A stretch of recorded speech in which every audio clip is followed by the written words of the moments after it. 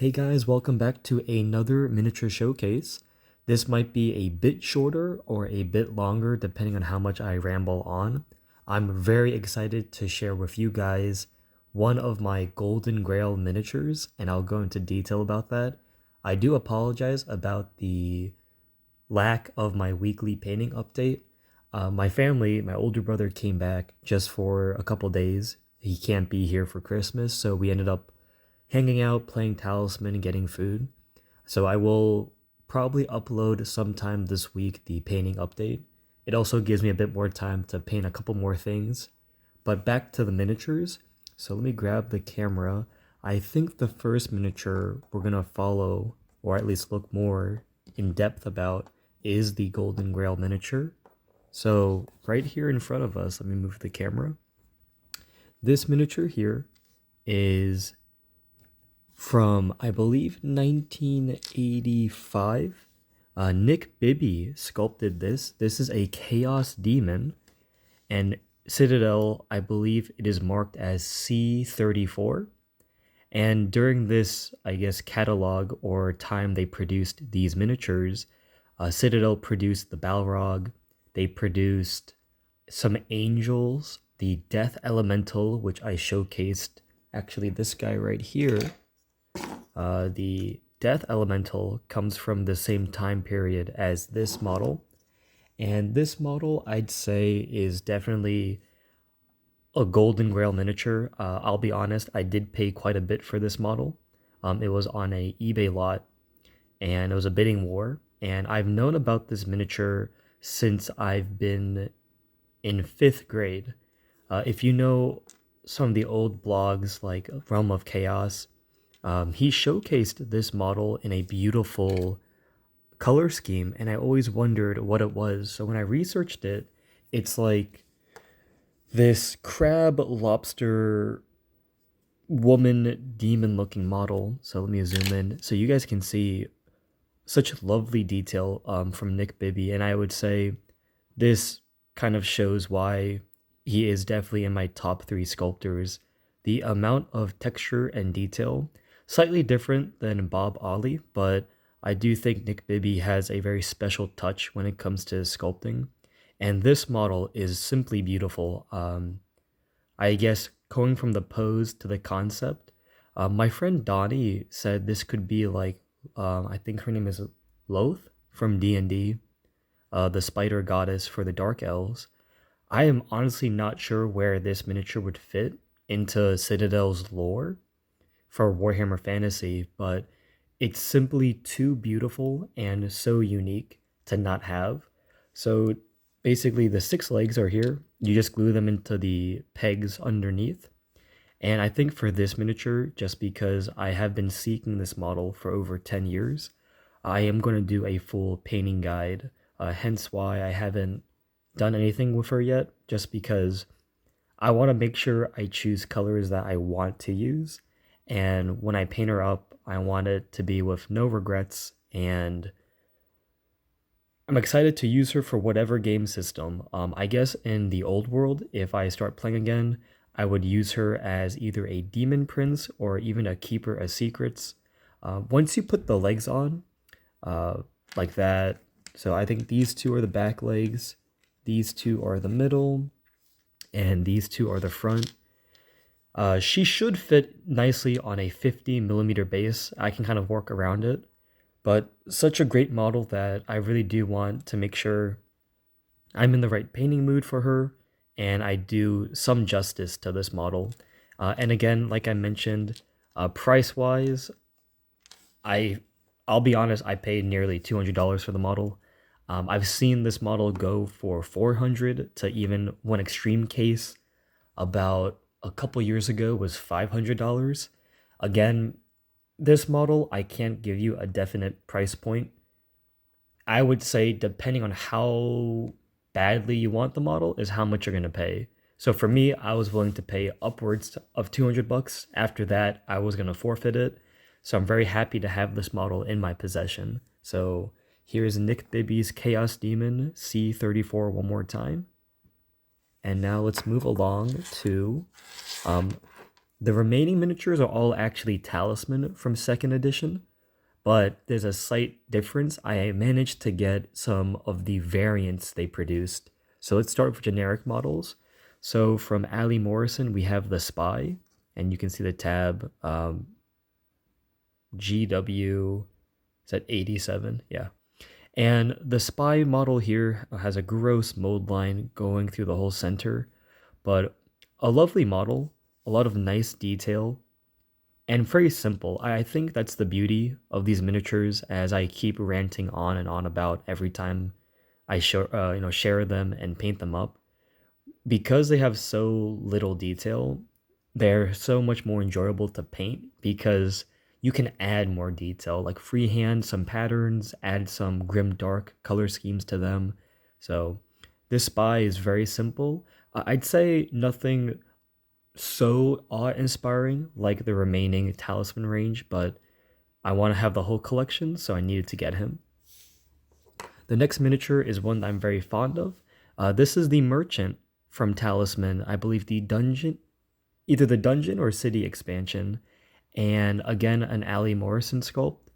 Uh, there we go, 1985 GW, and really characterful model. I have the card actually next to me as I'm trying to paint her up soon for our games, and I'm really excited to paint her up in the scheme for the fur coat, adding the black dots into there, and then having fun with the gem effects.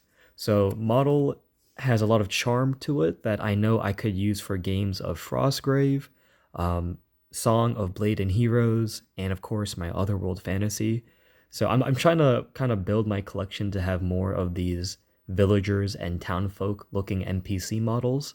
So when I play, I'm not just stuck with a group of warriors. It'd be nice to have a group of villagers and maybe even townsfolk who want to fight some monsters. So really lovely detail, and one model that I should make a paint tutorial for just because I do like the sculpt a lot. Moving along, we have the soldier from Talisman, and this model definitely is a bit derpy in the sense that when I put this model next to the Knight of Talisman or even the Warrior, he's kind of big. I'm assuming he's meant just to be a generic city guard, but his size would say otherwise. Again, a very lovely model. And one thing I should note during this time of sculpting from Ali Morrison and Citadel, the chainmail, they actually just probably used a tool like this and just poked holes. It looks like some suction cups actually, but one way to distinguish if a model was meant for Talisman is if they have this chainmail armor. So I have a alternative orc that I'm going to use for Talisman. The official orc model has a similar pose, more cartoony face, of course, but the chainmail on this one is more of the typical chainmail you would see. But the orc from Talisman has the suction cup looking chainmail. So I've seen a few people ask questions for evaluations or IDing some Citadel miniatures. The second you see that suction cup chainmail design, you already know it's going to be from Talisman.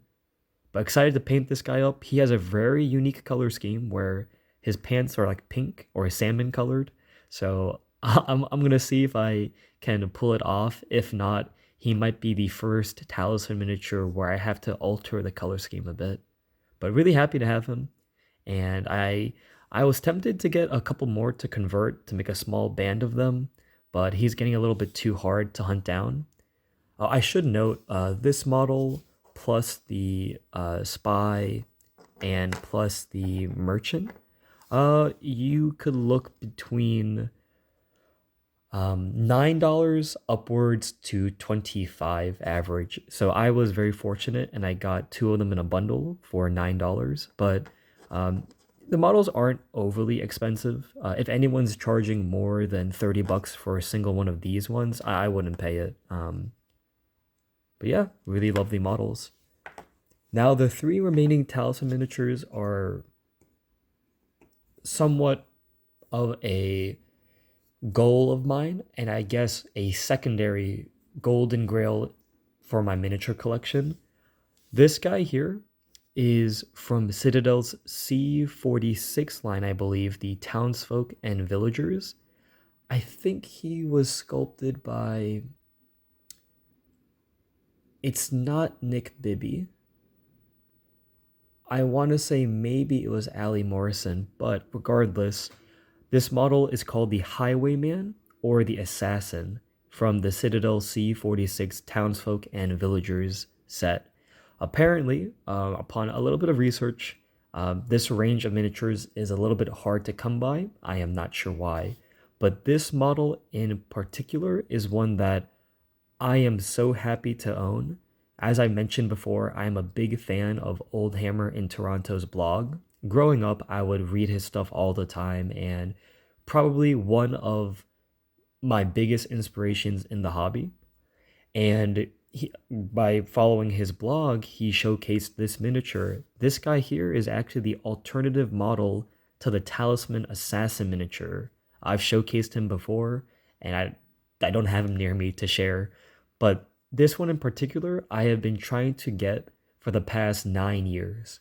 And on a random look last week, I got him and two other alternative miniatures for about 20 bucks, which honestly blew my mind. The last one I saw of him, someone was charging upwards of 50 to 60 bucks. The money wasn't the issue, it was actually trying to grab this model. So enough about the money and the name of the line of miniatures. The miniature itself is simply amazing. I know I've said that for a lot of these Oldhammer, but for me, this pose and the classic cartoony evil hiding behind the cape look, I love it so much. If you look up Oldhammer in Toronto, he painted his highwayman beautifully. Unfortunately, I'm gonna have to paint mine just like the Talisman card art. I want to make sure my cousins and friends who play Talisman, when they play with this assassin miniature, or they have the option of this or the official miniature, that the colors should still match the art. So I'm a little bit confined by that. Maybe it'd be a great painting tutorial, but this is a miniature that I've been waiting many, many, many years to get, and with a little bit of patience and a little bit of luck, I managed to get him for a price that I really think was beyond my expectations. So, really lovely pose, so much character that I want to make a warband of outlaws just because I have this guy now. So, amazing miniature, and I think I will definitely have to make a painting guide for this guy. Moving along, we have two witch doctors from Talisman. So I believe this one is from Ali Morrison for Talisman. This is the official one. There we go, the witch doctor. Now, do I'm sure to modern standards, this miniature is a little bit of a stereotype or a caricature. I still love it. I want to keep everything of the time period and the artwork, and I think he is a badass model that I could use for my pulp alley games, my pulp fiction games, and any of those skirmish games. A lot of detail. If you notice, there's actually a face right there that he skinned alive. So this model, beyond happy to have. There we go. See, GW 1985. Such a great looking model.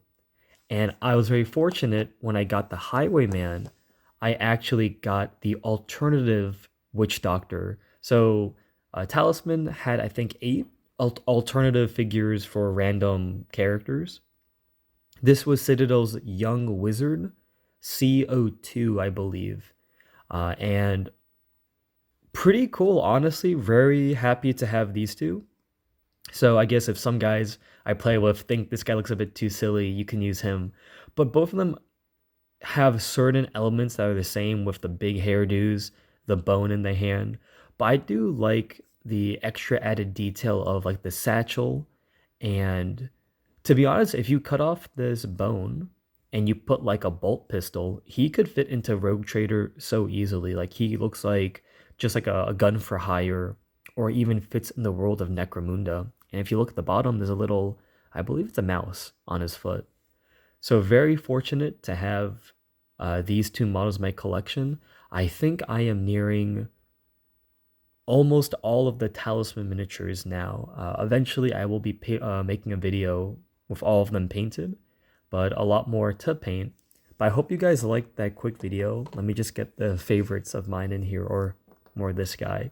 So really happy to share these models with you. I felt like this particular video has a lot more miniatures that I truly, truly love and have been a small part of my hobby journey slash childhood.